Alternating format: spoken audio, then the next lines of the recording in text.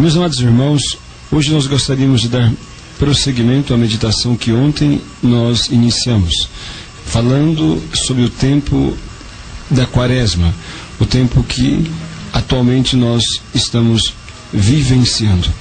O tempo da Quaresma, como ontem iniciamos em nossa meditação, é um tempo de conversão. E conversão significa mudança de vida, mudança de atitudes. Conversão significa mudança de pensamento. São Paulo já dizia: mudai a vossa mentalidade, mudai a vossa maneira de pensar, não vos conformeis a este mundo, mas deixai-vos renovar, transformar pelo Espírito Santo de Deus. E a Quaresma é justamente o tempo em que nós, deixando-nos levar pelo influxo da graça de Deus, buscamos esta conversão de nossa vida, esta emenda, a fim de que nós sejamos dignos de nosso Senhor Jesus Cristo, da comunhão, do amor que Ele nos tem e da comunhão que Ele quer que nós tenhamos continuamente com Ele neste mundo, para merecê-la eternamente no céu. Meus amados irmãos, e neste processo de conversão, convém então que nós meditemos aquelas coisas práticas do nosso dia a dia que merecem realmente serem refletidas e naquele caso onde são necessárias também precisam ser mudadas. E para isto há textos abundantes na Sagrada Escritura, especialmente na fala, na pregação de nosso Senhor Jesus Cristo. Hoje vamos meditar um momento a respeito da pregação do Sermão da Montanha. No capítulo 5 do Evangelho escrito por São Mateus, capítulo 5, versículos 21 seguintes. Ali está assim escrito. São Mateus, capítulo 5, versículos 21 seguintes. Jesus, pregando a toda aquela multidão que estava ali na montanha das bem-aventuranças, ele diz assim: ouvistes o que foi dito aos antigos: não matarás. Quem matar será réu de julgamento. Pois eu vos digo, quem se encolerizar contra o seu irmão será réu de julgamento. Quem chamar o seu irmão de patife será réu perante o sinédrio. E quem o chamar de tolo será réu do inferno do fogo. Se, pois, estás diante do altar para apresentar tua oferta, e ali te lembrares que teu irmão tem alguma coisa contra ti, deixa a tua oferta lá diante do altar, e vai primeiro reconciliar-te com teu irmão, e então volte para apresentares a tua oferta. Entra logo em acordo com o teu adversário, enquanto vais com ele a caminho do foro, para que não se suceda que ele te entregue ao juiz, e o juiz ao oficial de justiça, e sejas posto na cadeia. Pois em verdade te digo, dali não sairás, até teres pago o último centavo. Meus amados irmãos, esta palavra de nosso Senhor Jesus Cristo, ela vem como que especificar, ela vem ampliar os nossos horizontes. Porque no Antigo Testamento, a lei de Deus, então dizia: não matarás. E isto se referia à morte física, se referia então a tirar a vida do outro, de alguma forma a destruir a vida física do outro. Mas Jesus, ele vai além e explica o sentido deste quinto mandamento, que é não matarás. Jesus diz que todo aquele que odiar o seu irmão peca contra o quinto mandamento.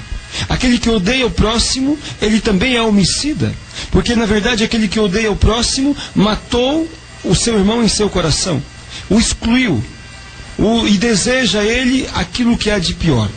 O ódio significa o mal querer a alguém. O ódio significa esse desejo de destruição do outro, de prejuízo ao outro. Isto é um sentimento profundamente diabólico.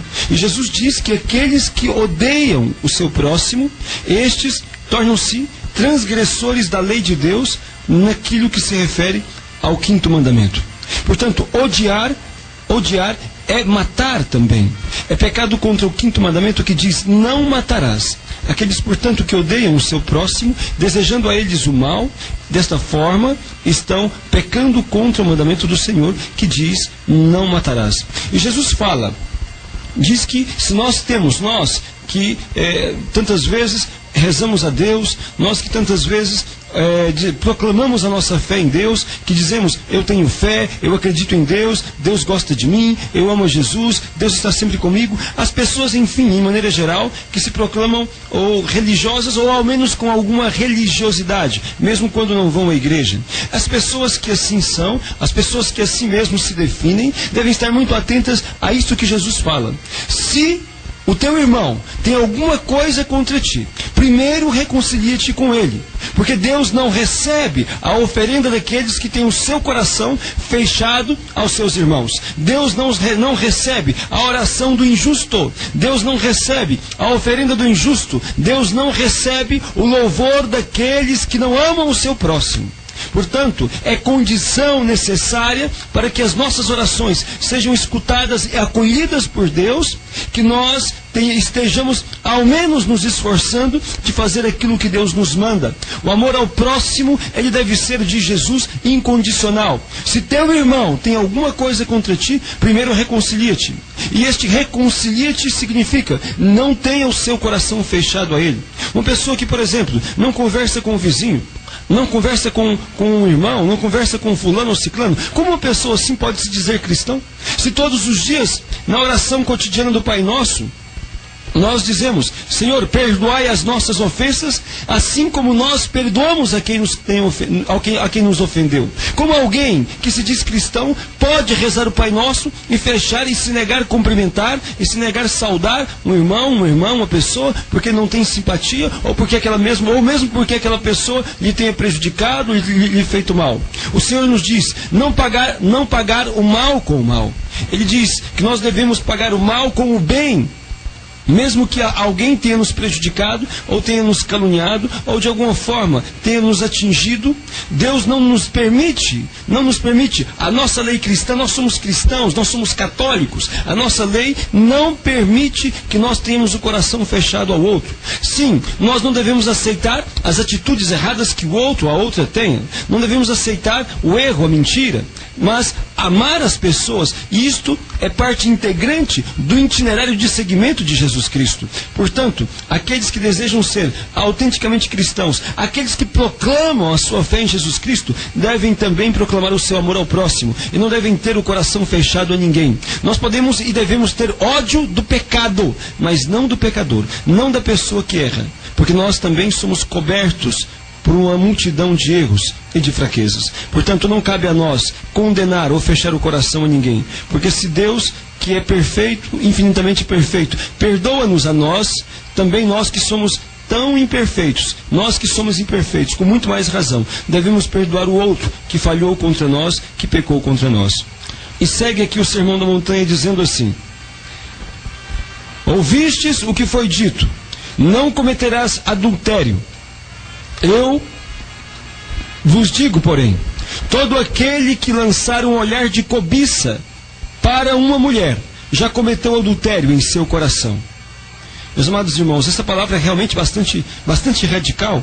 No Antigo Testamento se dizia, não cometerás adultério, ou seja, não tomarás a mulher do próximo, não cobiçarás a mulher alheia.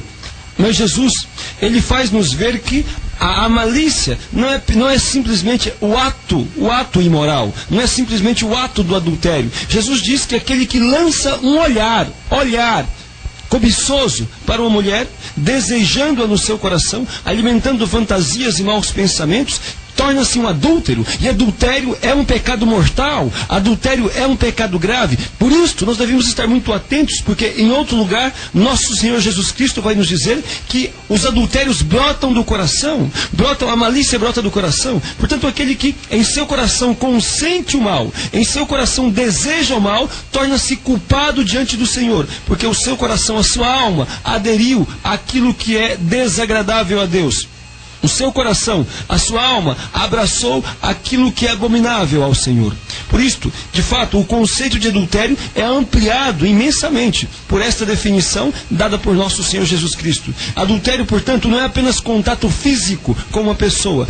O adultério, ele nasce já desde a intenção do coração.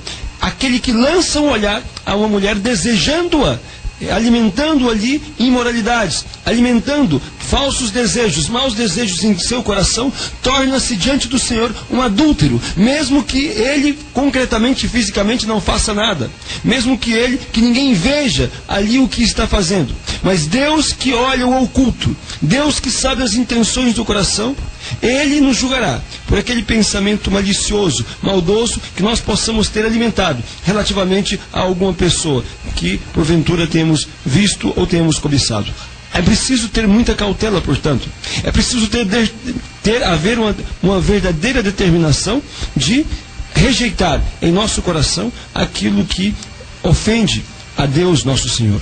Portanto, meus amados irmãos, Jesus diz aqui que adúlteros não são apenas aqueles que têm contatos físicos com outras mulheres, com outros homens, mas aqueles que em seus corações desejam e cobiçam o homem ou a mulher da próxima, que cobiçam alguma outra pessoa de maneira desonesta, desejando-a no seu coração. Por isto mesmo, eu advirto aqui, especialmente as mulheres, as moças, por esta razão, a razão de que uma pessoa pode pecar pelo pensamento, pode pecar pelo olhar cobiçoso. É por isso que não devemos nós sermos motivos de escândalo, motivo de cobiça para ninguém. Daí nós entramos num campo polêmico porque no nosso mundo tornou-se normal as pessoas vestirem-se mal, as pessoas se vestirem com sensualidade, as pessoas exporem o seu corpo como se fosse pedaços de carne no açougue, então deixando à mostra partes íntimas. Ali coloca-se blusas que mostram a metade do peito, coloca-se shorts que mostram toda a perna, coloca-se roupas transparentes que deixam à vista todo o corpo da pessoa, coloca-se então tipos de vestimentas que verdadeiramente são provocativas, são sensuais, são realmente indignas de uma cristã colocar. Por isso, nós devemos estar muito atentos. Estão em contradição com a palavra de Deus aquelas, também aqueles, mas especialmente aquelas que se vestem de maneira a suscitar a cobiça alheia. Nós não podemos ser causa de pecado para ninguém. Existe um ditado assim, que quando uma mulher começa a vestir-se de maneira provocativa, shorts curtos, mini saias, roupas indecentes, decotadas, então se diz assim: está do jeito que o diabo gosta. E é assim mesmo. A pessoa que se veste de maneira provocativa está do jeito que o diabo gosta, e está completamente contra aquilo que Deus determina. Por isso, meus amados irmãos, especialmente amadas irmãs, não se vistam mal. A Nossa Senhora, quando apareceu em Fátima, em 1917, ela disse que iriam aparecer modas que ofendem muito a Deus. Estas modas apareceram. O nosso mundo está cheio delas. Estas modas indecentes, imorais, provocativas. Um cristão, uma cristã, não se deve vestir à maneira do mundo. A moda do mundo não é de Deus e não leva a Deus. É preciso renunciar a todo tipo de vestimenta, a todo tipo de comportamento que seja ofensivo à lei do Senhor e que se torne ocasião de pecado para o outro. Porque Jesus é quem nos diz aqui que aquele que lança um olhar de cobiça para a mulher, para o homem, então comete adultério. Se aquele que lança um olhar de cobiça comete adultério, aquela que provoca esse olhar também comete adultério. E torna-se responsável, afinal, pelo pecado de todos aqueles que, pela sua malícia, acabaram por cobiçá-la e desejá-la. Por isso, amados irmãos, especialmente amadas irmãs, não se vistam como o mundo quer. Não se vistam como o mundo prega. Não sigam estes modelos podres que o mundo todo dia oferece. Vistam-se como a mãe do Senhor. É o modelo da mulher, da moça cristã. Na verdade, uma cristã, uma católica, deveria ser reconhecível pela sua maneira piedosa de vestir-se também. Embora é verdade que a virtude reside no coração, mas também se manifesta nas nossas atitudes externas. Uma pessoa que diz que tem fé e que acredita em Deus, obedece a Deus e rejeita essas obras de malícia. Alguém que diz que tem Deus no coração, não expõe o seu corpo à cobiça dos outros, porque sabe que isso torna-se motivo de pecado, não só para si, mas para muitos outros também. Não se pode dizer pura uma mulher, uma moça, que então, pela sua maneira de vestir, pela sua maneira maliciosa de se vestir, pela sua maneira sensual de se vestir, acaba por provocar a cobiça de outros. Não se pode dizer pura, não se pode dizer casta a mulher e a moça que agem desta maneira leviana. A pessoa que, desrespeitando, afrontando a lei de Deus, acabam por desprezar os mandamentos do Senhor e cultivar o pecado, a malícia e a cobiça. Portanto, é isso que nos diz nosso Senhor, que todo aquele que lançar um olhar de cobiça peca, mas também também aquelas ou aqueles que provocarem este olhar de cobiça tornam-se também réus de juízo. E prossegue aqui o Sermão da Montanha. Jesus vai dizer assim: se teu olho direito te escandaliza, arranca-o e joga longe de ti, pois é preferível que